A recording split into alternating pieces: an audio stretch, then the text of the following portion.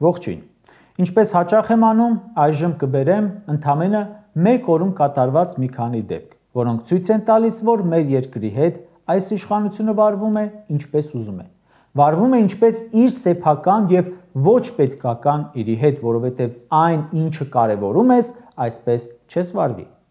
Ամեն անգամ, երբ մենք խոսում ենք Հայաստանի կառավարության տարբեր օղակներում միջոցների քամուն տալու մասին, գլխավոր քամուն տվողը ասում է, ոնց ձեր ընտանեկան բյուջեն եք ծախսում, այնպես էլ պետականն է։ Երեք պետական բյուջեի նախագիծներ քննարկում, Նիկոլն ասում է, դե պետական բյուջեն պետք է ընկալել որպես հասարակության ընդհանուր ընտանեկան բյուջե։ Ասում է, ինչպես որ տանն ենք գնում հոտած միս, փչացած ձմերուկ, որտնած սալոր ու ժամկետանց թթվածեր, այնպես էլ պետականն է։ Ոնց որ ամեն նոր տարուց հետո միլիարդավոր դրամների ապրանք ենք լցնում աղբանոցը, նույն կերպ էլ պետական գումարն է քամուն տրվում։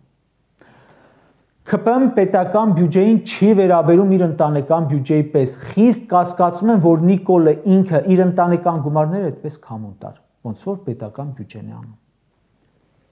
Իհարկե Փաշինյանի արդարացումը եւ համեմատությունը շարքային քաղաքացիների հետ տեղին չէ։ Նախ նրանք, ում վստահվել է պետություն, չեն կարող շարժվել շատ հասարակ տնտեսվարողի տրամաբանությամբ։ Էսներ Մաջալին, այս գործազրկության, աղքատության, պետական պարտքի մեծացման ֆոնին, երբ $820,000 տալիս են ֆեստիվալ փառատոնին ու բյուջեի ծախսը համեմատում ընտանեկան ծախսերի հետ, հասկանալու կարիք կա, թե այդ որ ընտանիքն է պարտքերի մեջ խրված, հացի փող չունենալով նման ծախսեր անում։ Կարող են իհարկե լինել նման ընտանիքներ, բայց հաստատ նրանք վատ օրինակ են բոլորին, ոչ թե լավ օրինակ։ Իսկ իշխանությունը ինչու է ուզում նմանվել հենց վատ օրինակներին։ Մեր հանրապետությունում 3 հարկանի տները շատ են, բայց որքան հատ 3 հարկանի տուն կա, որ ունի վերելակ ընդհանրապես։ Իսկ քանի հատ 3 հարկանի տուն կա, որ ունի 3 հատ վերելակ է։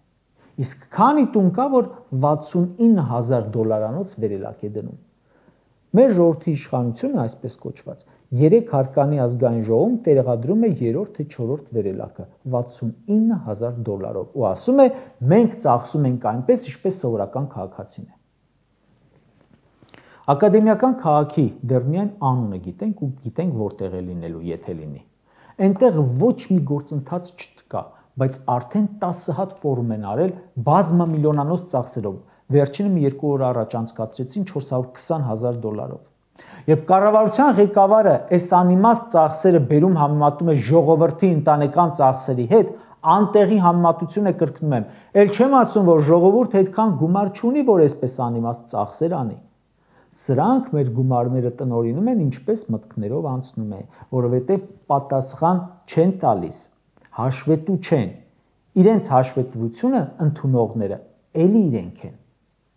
Կարդում ես ներքին գործերի նախարարությունը պետական բյուջեի հաշվին գնել է միջադիրներ, կոնյակ, ջրեր։ Սրանց ուտելու հարցերը, հիգիենայի հարցերը լուծվում են ժողովրդի հաշվին։ Կերը ժողովրդի վրա է, եւ դա համարում են իրենց սեփականը։ Այդ մարդը ձեզ խոստացել էր, որ պետական բյուջեի ամեն մի լուման ծախսելու են խիստ աչալուրջ։ Հիմա այսքան բան են արել մի քանի օրվա մեջ։ Որ մեկն էր աչալուրջ, որ մեկն էր սրտացավ։ Լավ, սրանք ժողովուրդը համարում են ընտանիք, բյուջեն համարում են ընտանեկան բյուջե։ Եվ ուրեմն հարց, ձեր ընտանիքում ամեն ինչ այդքան անհավասար եք բաժանում։ Նախարարին տալիս են 1.5 միլիոն դրամ, թոշակառուին տալիս են 40,000 դրամից պակաս։ Նորմալ ընտանիքում ընդհակառակը տարեցները ավելի մեծ հոգատարության են արժանանում։ Իսկ դուք որոշել եք ընտանեկան բյուջեն ծախսել միայն մեկ անդամի անձնական բարեկեցության վրա։ Ապրում եք ընտանիքից առանձին։ Օրվա մյուս լուրն եմ կարդում։ Նիկոլ Փաշինյանի կնոջ Աննա Հակոբյանի Վարշավիրի ամուսինը նշանակվել է Երևան կենտրոն քրեակատարողական հիմնարկի պետ։ Այդ քրեակատարողականում են գտնվում Բագրատ Սրբազանը, Միքայել Սրբազանը, բարերար գործարար Սամվել Կարապետյանը։ Անկախ այդ մարդու մասնագիտական որակից, Աննա Հակոբյանի հանգամանքը արդեն խանգարում է, որ այդ նշանակմանը նայես դրական վերաբերվես։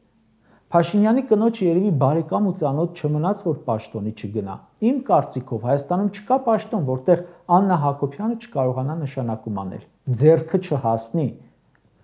Կառավարությունն ու նրա օղակները, ուժային կառույցները, դատարանբան, դարձել են սրանց անձնական բոստանը։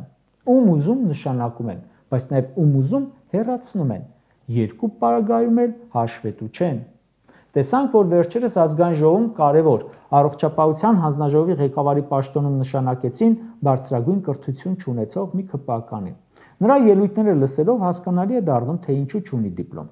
Բայց ՔՊ-ն որոշել է, որ պետք է նրան տալ բարձր պաշտոն, պադավատ, բարձր աշխատավարձ, բայց նույն ՔՊ-ն երեկ էլ որոշել է, որ պետք է հեռացնի ԵՊՀ-ից դասախոս գիտությունների թեկնածու Սահակ Մանուկյանին, որովհետև ՔՊԱ-կան մի կին падգամավոր չի ուզում, որ նա դասավանդի մայր բուհում, որովհետև ընդդիմադիր է։ Հետո ինչ որ ունի մեծ ստաժ։ Էս է Ժողովուրդ ջան։ Ընդդիմադիր ես, աշխատանքից ազատում են, կալանավորում են, սպանում են։ ԵՊՀ-ից, Բրյուսովից, Կառավարման ակադեմիայից քանի դասախոսի անընդամ ընդդիմադիր հայացքներ ունեցող, որ հեռացվել են։ Բայց նրանք պետք է այնքան շնորհակալ լինեն, որ գոնե բերդում չեն կամ սպանված չեն։ Երկու փաստաբան Կոչուբաևն ու Մխիթարյանը օրերս հայտնվեցին ճաղերի հետևում։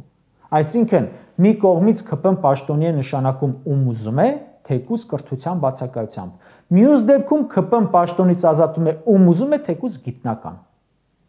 Անկախ նրանից ում քվոտայով, ում ասելով, ում բարեխոսմամբ են նշանակվում գործի, առաջին հերթին պետք է հիշեն, որ մենք շատ արագ փոխվող իրավիճակում ենք։ Ամեն վայրկյան կարող է էլի փոխվել իրավիճակը եւ հետեւաբար նրանք, որ ինքնամոռաց կատարում են հրահանգներ, որ ցույց տան, թե ինչքան լավ տեխնացու են այդ պաշտոնի համար, նրանք մի քանի ամիս հետո ստիպված են լինելու բացատրել, ցուցումով են արել, թե իրենց որոշմամբ։ Ու դրա համար կրելու են պատասխանատվություն, որովհետև երկու դեպքում էլ արել են շատ վատ բան։ Ժողովուրդ ջան, կբացատրեք падգամավորը ով եղավ, որ մայրբուհի ռեկտորին պարտադրի պաշտոնանկ անել դասախոսի։ Սա հենց բուհերի քաղաքականացման հետևանք է։ Համարյա բոլոր բուհերի հոգաբարձությունների խորհուրդները ղեկավարում են ՔՊԱ-կաններ,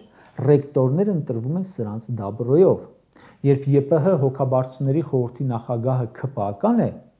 ռեկտորը ՔՊ-ի նախկին падգամավոր է, չի կարող ՔՊԱ-կան անգամ Չ կլասի դեպուտատը հարց չլուծել այդ համալսարանում։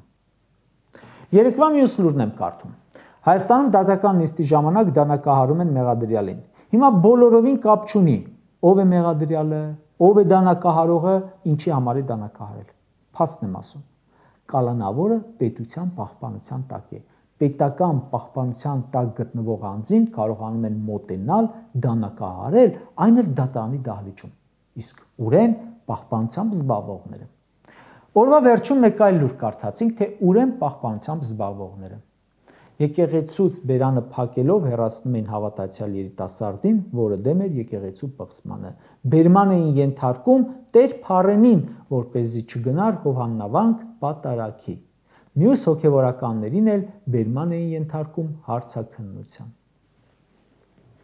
Կարճ ասած, Հայաստանում ներքին անվտանգության խայտառակ մակարդակ է։ Այդ անվտանգությամբ զբաղվողները դարձել են ՔՊ-ի զինված ջոկատները։ Հայաստանում պետական ինստիտուտների մի մասը քայքայվել է, մի մասը քայքայման եզրին է։ Երկիրը սարքել են իրենց դուքյանը ու անում են ինչ մտքներով, մտքի պոչով անգամ անցնում է։ Մեկ օրվա մեջ այս փոքր երկրում այսքան բացասական լուրերի ֆոնին չես կարող համոզել, որ կա իշխանություն, կա իրավական պետություն ու չես կարող ակնկալել առողջ հասարակություն։